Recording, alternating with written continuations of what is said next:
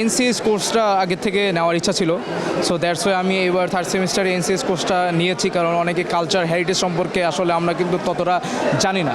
তো এই জন্য আমি চিন্তা করলাম যে এনসিএস কোর্সটা আমরা নিতে পারি, এবং সেই সাথে আমাদের যে ফ্যাকাল্টি মাসুদ ইমরান স্যার, আসলে তিনি খুবই ভালো এবং বেস্ট ফ্যাকাল্টি আপনারা সেই বলতে পারো, আমাদের কথা মতো সেই ফ্যাকাল্টি।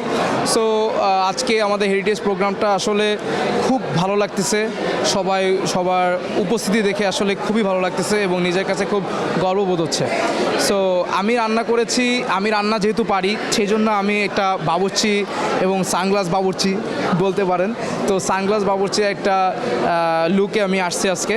বাংলাদেশের কালচার এবং বিভিন্ন রকমের হেরিটেজ সম্পর্কে পড়াশোনা করি, আর পড়াশোনা করি প্লাস আমরা বিভিন্ন দেশের কালচার, আমাদের নিজেদের সংস্কৃতি, এগুলো সম্পর্কে আমরা অনেক জানকারি করি, জ্ঞান অর্জন করি।